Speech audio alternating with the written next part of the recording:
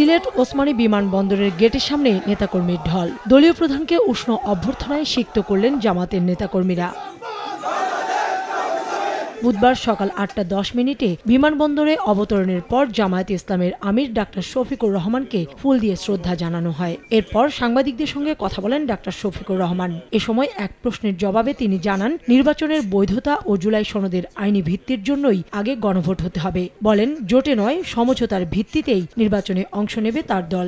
আসলে আমরা কোনো জোট করার সিদ্ধান্ত নেইনি এবং আমরা কোনো জোট করব না, এটা আমাদের সিদ্ধান্ত। আমরা নির্বাচনী সমঝোতা করব। গণভোট আগে না হলে কিসের ভিত্তিতে সাধারণ নির্বাচনটা হবে? আমরা আপনাদের সবাইকে নিয়ে ফেব্রুয়ারির ইলেকশন আদায় করে ছাড়ব।